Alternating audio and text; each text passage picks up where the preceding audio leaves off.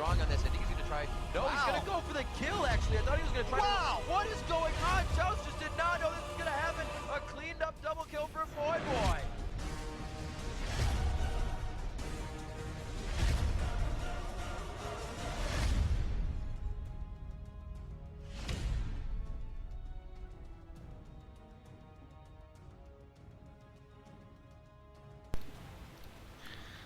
Alright, what is up, guys? I am going to be starting my show here, Taking It to Toplane, Episode 3, sponsored by Alienware, and today's episode will be focused around Elise, one of my favorite champions in the game. She is called the Spider Queen, a master of tricks and disguise, and she has a lot of damage and a really cool kit. So I'm very excited to tell you guys about Elise and all about how to play her today. She hasn't been banned yet, so hopefully I can get her in the rotation.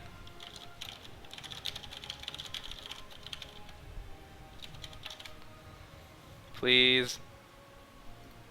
Alright, so we're going to be trading for Elise. Anyway, so Elise, the champion, she has two forms. Similar to Nidalee and Jace, her ultimate, or not Nidalee, but Jace, her ultimate is available from level 1. It allows her to switch from spider form into human form and back again. It's only on a 4-second cooldown, and every time she switches forms, she gets a whole new skill set available to her. So in human form and range form, she has Neurotoxin, which is a long-range nuke. It allows her to apply base damage plus a percentage of the enemy's max health every time you target someone with that, and you can chunk them very hard. It's like her main harassing ability in the laning phase, so it's very nice to have. Her volatile spiderling, again in ranged form, it sends out basically a spider that has a mind of its own. It goes for the closest possible target, and if you're in melee range of your enemy, then it immediately blows up on them and gets damage off. I'm gonna get Jace for this guy, swap him real fast, and yeah. And there's a lot of really cool tricks you can do with volatile spiderling, so I'll explain those when the game gets underway. And her E cocoon, it's basically a line skill shot. You just send it out. You can send it out in a 360 radius around you.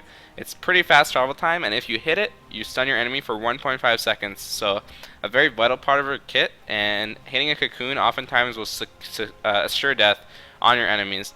And then, like I said, when she's in human form, she has one set of abilities, and when she's in spider form, she has another set. When she's in spider form, she gets a bunch of little spiderlings that follow her around and auto-attack the same target that she's on, and they all deal damage that scales up with your AP and levels. Every time you level up your ultimate, the on-hit damage from your spiders scales from 10 to 20 to 30 to 40. So that's really nice. In spider form, she has Venomous Bite. It's basically the opposite of Neurotoxin. It's a melee range targeted nuke, and you can use it on anyone in your radius. You leap on them, you bite them, and you deal a very high amount of base damage plus a percent of their missing health. So your Neurotoxin deals a percent of your target's current health, and then Venomous Bite deals a percent of the target's missing health. So basically, Neurotoxin is used to chunk someone low, and then Venomous Bite should be used in conjunction with Spider Form to secure the kill on them. I'm going to explain the rest of her kit, but I'm going to break down her runes and masteries really fast here while I still have time. So for Elise top, I'm going to be running Hybrid Penetration Reds, Armor Yellows, MR Blues, and Move Sequence. I really like Hybrid Penetration Reds on Elise because she deals a high percent of physical and magic damage, and getting as many auto attacks as possible during that time in the laning phase really adds up. Move Sequence to dunk on your melee range opponents who are not going to be able to get in range to get auto attacks off on you. For example, this game I'm laying against Tryndamere, so I should have a really easy time in dueling with him. And now I'm going to go into my masteries. Of course I take Flash Ignite, Flash for just an all-around very useful summoner spell, and Ignite to secure the kills on the people that I'm going after. My masteries, I'm going to load them up real fast here, so while the game loads. I take 1 point in the Ignite mastery. That gives me bonus AP and AD while my Ignite's on cooldown, so that's going to add up very easily. I'm going to take 2 points in Butcher to make my last hitting ability easier early on in the laning phase. Elise doesn't do that much magic damage, or that much auto attack damage. She has very low base AD, so that bonus 4 damage to creeps actually helps you secure a lot of early last hits in the laning phase. I'm going to take Scaling AP and Magic Penetration so that I can be as strong as possible. Like I said, all her abilities deal for the most part magic damage, so getting that magic pendant is going to be really vital to doing as much DPS as possible. And then I take 2 points in the armor bonus mastery, 2 points in the MR bonus mastery, 4 points in the scaling health. That's going to eventually give me a bonus of about 120 health into late game. And while Elise doesn't get passive MR and armor from her spider form anymore, the health is definitely going to be very useful, and it's going to scale off any resists that I may purchase. I'm going to take Unyielding and Block. That's going to reduce 5 auto attack damage in every trade that I go for, and right now I'm against Tryndamere, so being able to mitigate the damage he deals is going to be very vital to my success. And then I'm going to take 3 points in Tenacious. That extra tenacity is going to make me much more prone to getting away from CC, and their team has Zyra, Nautilus, and Varus, so they have a lot of crowd control, and I'm going to be very lucky to be able to dodge out on most of that net damage. I'm going to take 1 point Defender, 1 point Good Hands. Good Hands is going to reduce my death timer, and when I get into late game scenarios, that 6-7 seconds that I'm going to be less dead for could honestly allow me to swing the whole pace of a game and come back really strong. And I'm going to take 1 point Honor Guard just to make me extra tanky. On Elise, I generally like to build a lot of health, whether in the form of Rylai's Crystal Scepter or Haunting Guise, so that extra 4% effective HP is definitely going to add up.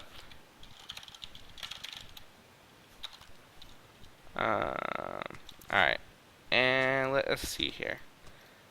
I'm going to take a Fairy Charm. I'm going to be building that Fairy Charm into really whatever I want, but I think I'm probably going to be going for Spirit Stone into Spirit of the Spectral Wraith this game. I'll explain why I like Spirit of the Spectral Wraith so much as the game progresses, but let's just get into the rest of my items, and then we'll talk about that.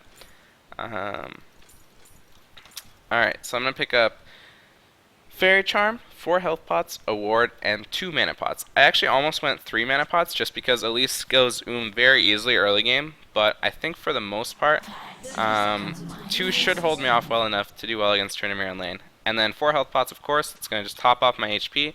Trynd is probably going to be starting with a Reju Bead, 5 health pots, and a ward, so I'm just going to be looking to match that sustain with some of my own. And then, of course, I'm going to pick up a Sight Ward to be able to get vision early of the river, of the chokes that I could get ganked from. Nautilus is a very strong ganker, so if I have vision of the river, it's going to be much more difficult for him to come and try to get a kill on me.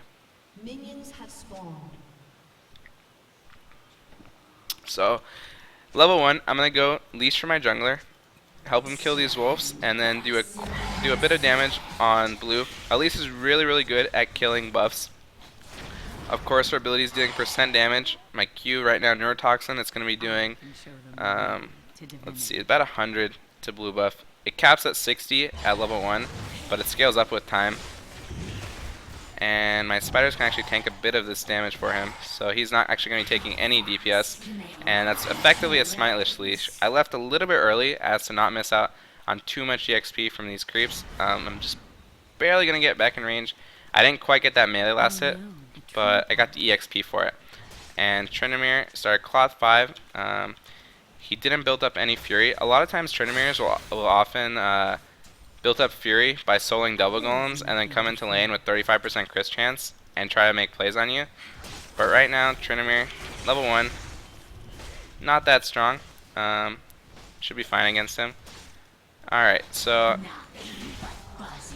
I'm level 2. I got W at level 2. The reason I got W is because I had an EXP advantage, so I wanted to try to push it as far as possible. E is generally the safest ability to take at level 2 because you get your stun available, you get your repel, and it's going to be hard for you to get ganked. But I think right now I'm going to go and ward this here in case Nautilus chooses to gank me. On Elise, I generally wait until I hit level 3 before I spend a lot of mana harassing people down with my Q. Uh-oh. He's trying to trade me. He's fighting me in a creep wave though, so I can just back up and start poking him with ranged auto attacks as he tries to get out of lane.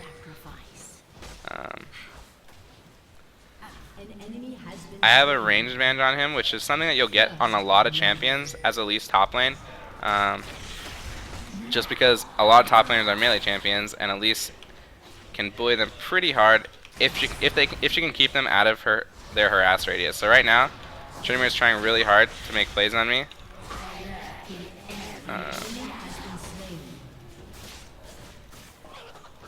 Gotta be careful here. I still don't have repel. If I had repel here, I would probably have gone all in for that. But I wanted to be careful, and didn't want to play too risky. I think he's probably backing here. I had Ignite and my full combo up, but without Repel, if he got like a lucky crit on me, he honestly might have been able to secure the kill. And Tryndamere back here already. I'm just going to stay in lane, push it out as fast as I can. And I'm not going to quite be able to push it up to his turret in time, but I should be able to get... Oh, he stayed. I actually took a second point W just to be able to shove it faster, because I figured I'd be able to get as close to 5 as possible before he returned to lane, but I didn't expect him to stay that long. So I still don't have Repel. I'm only taking it at level 5, but generally it's often a very safe call to just pick it up at level 2. There's really no trade-offs. I think Trin is going to back. If he stays in lane, then I can harass him so hard on the turret. It's not going to be funny. He stayed. Right now I should normally have 1 point in W, 1 point E, and 3 points in my Q. So the fact that I got a second point in W probably wasn't the best idea. But Trin is actually running out of health pots very soon here. He has 1 left. I have 2 mana pots still to surplus my harass. And keep poking him with Qs. If I get him low enough, then I can easily dive under his turret and pick up a kill. Elise is really, really excellent at diving turrets, and Tryndamere has yet to level 6. So he's going to be a little hard pressed to survive. Got a little overzealous there. He saved his E for when I all-end him, and he just backed off.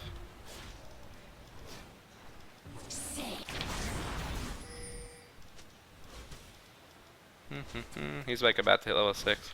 I'm just going to push out and back. Could have played that a bit better, but I'm just going to take the safe route, go back to base, and pick up some gold with this, or pick up some items with this 1,100 gold that I have under my belt. So I'm going to go back here, pick up a Duran's ring, boots, a bunch of health pots, an extra ward, a bunch of mana pots, and 1 extra health pot, and run back top. I didn't have enough gold for anything significant. I could have gone double Amp Tome and started working on the Hextech Revolver, which I eventually want to upgrade into Spirit of the Spectral Wraith. But I think Duran's Ring is going to be a fine early pickup. I'm just going to use it to try to bully up Tryndamere early. Elise, while you don't want to build her full AP, I think in my opinion she's best built with like sort of 1 damage item. You rush it early.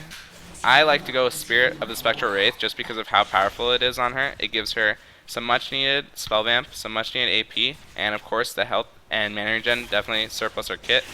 After they nerfed Neurotoxin to where the mana it costs you per level scales up, I actually really like picking up an early mana regen item on her.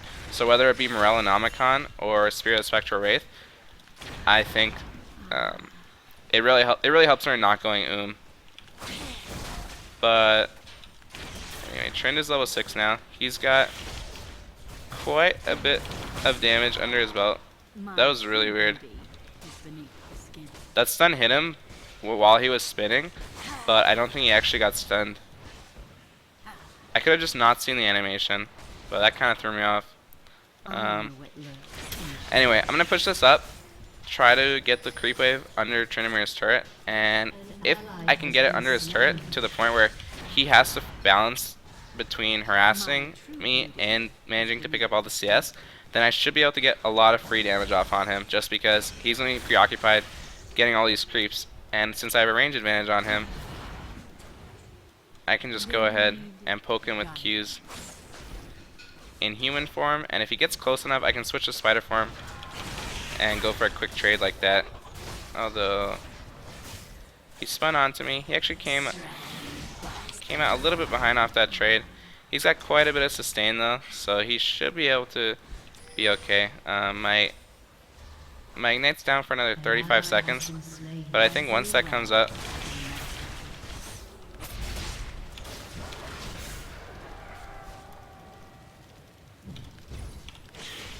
oh my god, his ult just faded, so I misplayed there.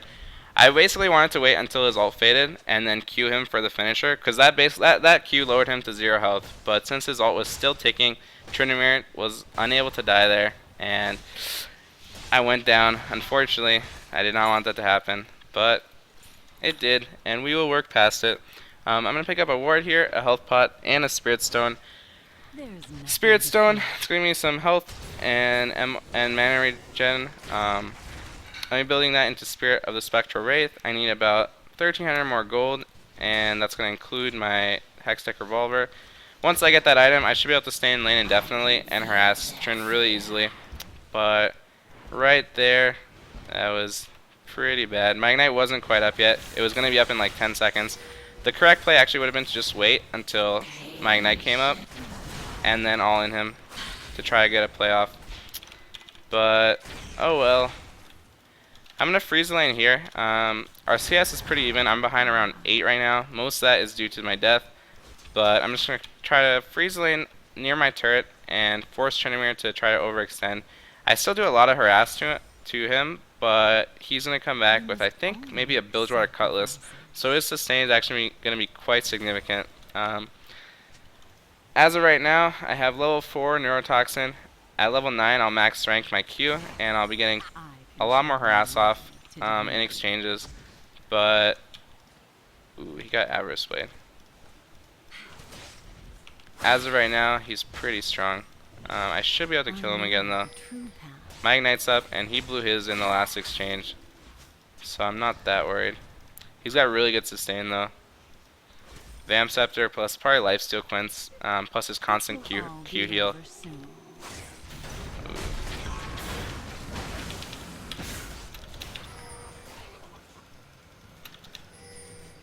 Could be dead. Nautilus Hook is going to be up soon. He popped his ult though. My spiders are blocking Nautilus from getting a hook off, so Nautilus blew his ult, and he waited there for quite a bit, I'd assume. But I was still able to get away, so that actually ended up working out really well for me. I didn't have flash there, so that could possibly have gone badly. Tryndamere has built up a lot of fury. I have to be careful here. And his ultimate is also back up. Pop a mana pot and just wait for the creep wave to push into me. I want to get most of this farm before backing. He might try to set up a dive on me. Tryndamere, like I said, with that ultimate, he can really do whatever he wants without having to fear for death. That is the power of the champion. But I'm catching up in CS. I think he's going to back here. He might have stayed. He might try to get a sneaky spinning slash off on me. But I think I'll be okay. But anyway, on Elise, let's see. Do I have enough? Yep, I have enough. So I'm going to back here. Gonna pick up that Spirit of Spectral Wraith. You don't have to rush it by any means. I just think it's a really strong early item. It's actually designed for junglers, but in my opinion, it's just so good on Elise that it's very acceptable to get it as your first pickup. The extra 20% spell vamp allows you to stay in lane for a really long time. Elise has 2 major single target abilities that deal a lot of damage in Venomous Bite and Neurotoxin. So getting 20% spell vamp off of each of those procs is going to be really valuable. Additionally, the increased damage to creeps, which is not going to come into effect in the laning phase, is going to be really significant once you start pressuring global objectives with your team, like Baron and Dragon, because Elise with a spirit item just destroys like Baron buff. It's pretty crazy, and that makes your team much more powerful in the grand scheme of things without really sacrificing much of your own stats, because Spirit it only costs 2k gold, but the stats are so efficient that it's actually worth it on champions that don't even jungle or take smite, and that's why I'm picking up this game. Anyway, I'm gonna keep pushing this up. I have not seen Tryndamere for a bit here. I'm gonna keep pushing, and again, even though the last trade I had sort of did not go very well, I still want to take advantage of my strong kit. Elise excels against melee champions because oftentimes it's very hard for them to trade with her due to that range advantage she has. Tryndamere doing quite well, sort of acting as an exception to the rule here. I'm going to drop a ward in the river. I'm going to walk into the brush before I place it, just so I don't exactly telegraph what I was doing. This guy is quite strong.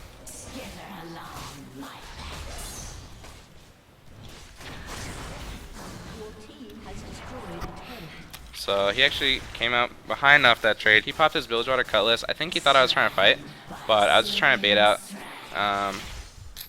his abilities. And getting that Bilgewater Cutlass, it's on a 90-second cooldown, so that's actually pretty significant. I'm just going to push up, see if he stayed under turret. This guy stays a lot. Oftentimes I'll think he's going to go back, but he actually just stays in lane and tries to sustain up, which is something that Tryndamere is really good at doing, just because of how powerful his Q plus lifesteal is in conjunction with each other. I have about 800 gold now. I think he went back to buy. I've pretty much caught up on CS here, despite my early death, but I actually think Nautilus and Zyra are heading top now. So I'm going to back up a little bit here, at least until I see what Nautilus is doing. My Ward and River will give me vision of this area, but I don't have vision to try, and Not could be anywhere around these parts, so I gotta be careful for that. Just gonna exchange with him, drop him to about half health, and try to back up. Wow. He just like 100 to 0'd me. He might die to this gank, but I'm not sure.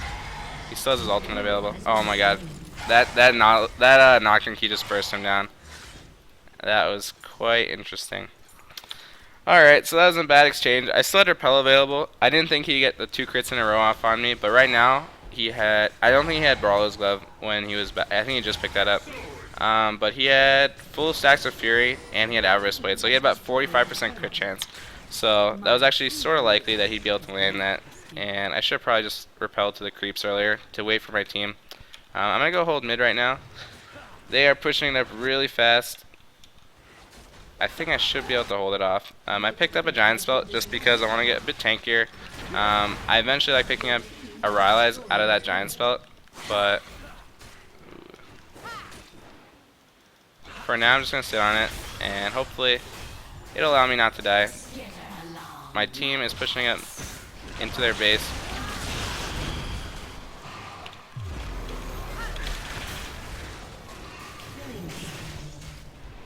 No, I got out 2 ultimates. I used Flash to survive, but it actually wasn't that bad. An ally has been slain.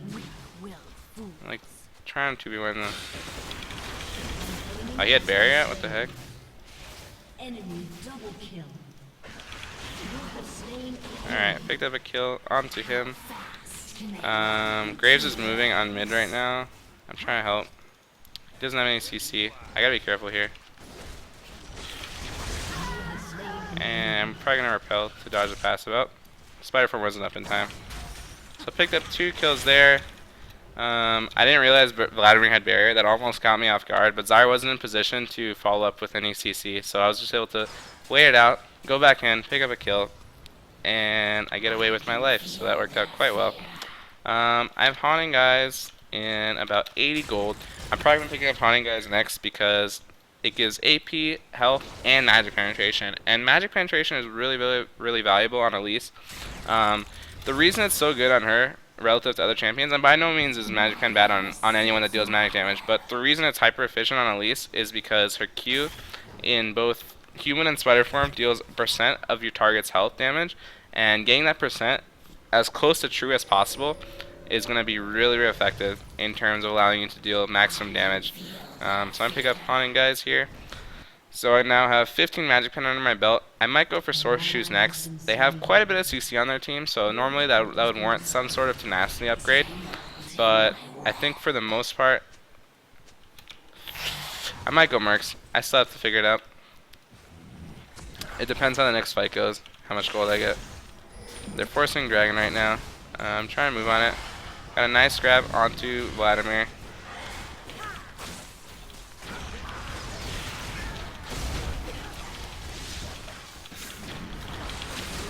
Oh my god.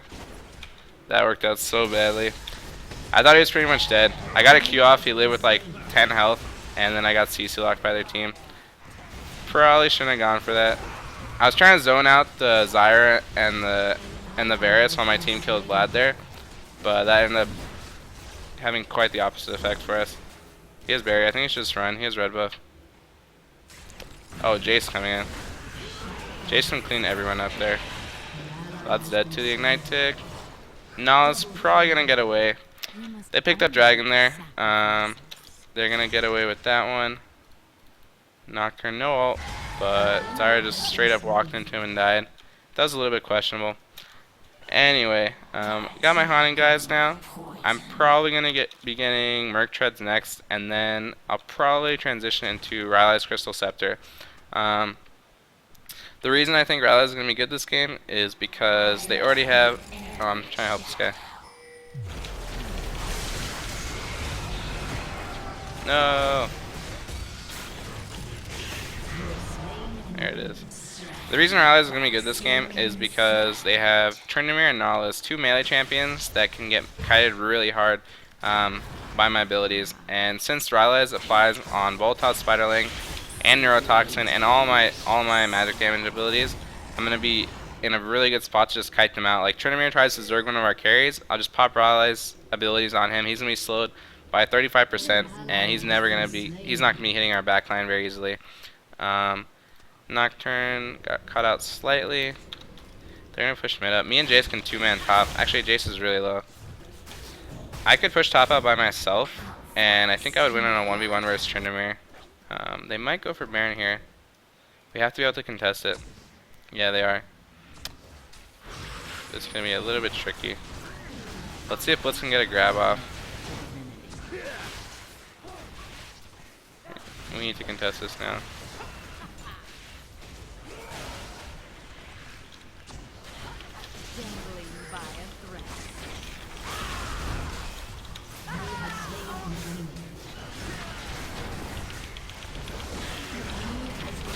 Damn, they got Baron. I'm backing up. I went for the Vladimir there. I actually probably could have went for the Baron. My Venomous Bite does about 300 damage to Baron if it's about to die. So I could have tried to out-duel the Smite, but that probably wasn't the best call. I think what happened was fine. They got Baron, but in exchange we picked up a bunch of nice kills. And we're going to be able to pick up those kills and take a free top inhib, I believe. I was really low, so I had to back out. But I think that'll work out nicely. Anyway, once I get Rylai's, I'll probably upgrade my haunting guys into Leandri's Torment. Leandri's Torment is really, really powerful when your abilities are applying CC, and the reason for this is because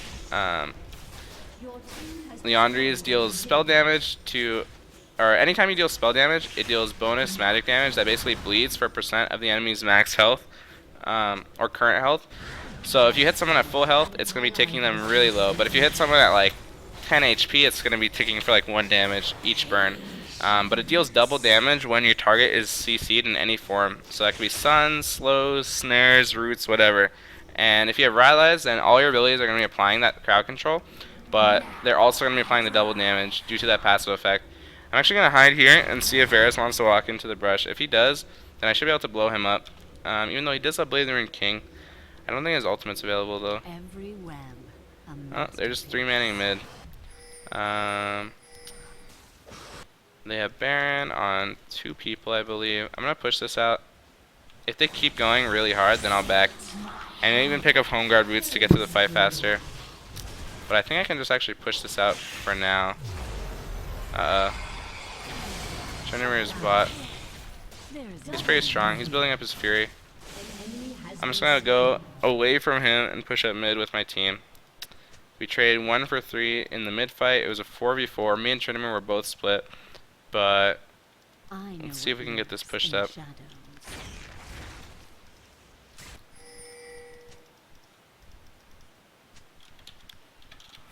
Okay, I'll back. I don't think you could get more than that out of turret. Actually, Blitz's bot.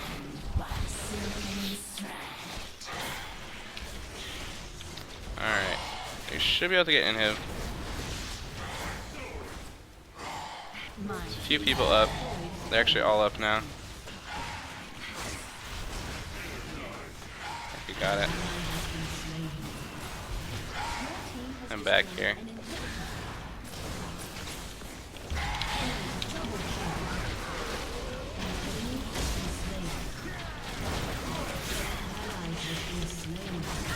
No, I'm gonna die. I was trying to stall.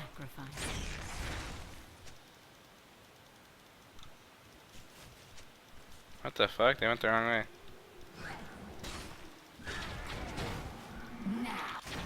Oh, the jukes! There it is. Alright, I guess I'll get away with that. Oh, sorry for the language. Alright, I'm gonna back here. I have Rylai's in about 300 gold. Once I pick that up, it's gonna be a lot harder for them to make plays like that. Like right there, there was 4 people grouped up. I could have hit them with a volatile, and most of my team probably could have gotten away. But instead, a few of us went down swinging. But I managed to get away by the skin of my teeth. And pick up a blasting one here, work on completing Rylai's as soon as possible. I actually could have picked up my Leandries there, but it's not worth rushing before I have Rylai's, especially because their team doesn't have that much max health built. Leandries is most effective against teams that stack a lot of just flat health, like Giant Spelts, Warmogs, Randuins, and don't get much MR, because it does a percent of their current health, and if they have a lot of current health, and not much MR, then it's gonna hurt them a lot. But if you don't have Rylai's completed, then I probably wouldn't get Leandries on Elise, unless they're just stacking like a ridiculous amount of health for no reason. I'm gonna move on this guy. He has no mana. I don't think he has flash either. I think they got him. I'm gonna keep moving on them. He should be dead. Gonna keep going. I have no repel. Picked up a kill on him. And let's see. Push it up. I have enough gold for Rylai's now, but 3 are dead. We might be able to get Nexus starts off this, potentially even more than that. I don't know. We'll see. And we probably can end it here. Oh. Get him. Ah, he died.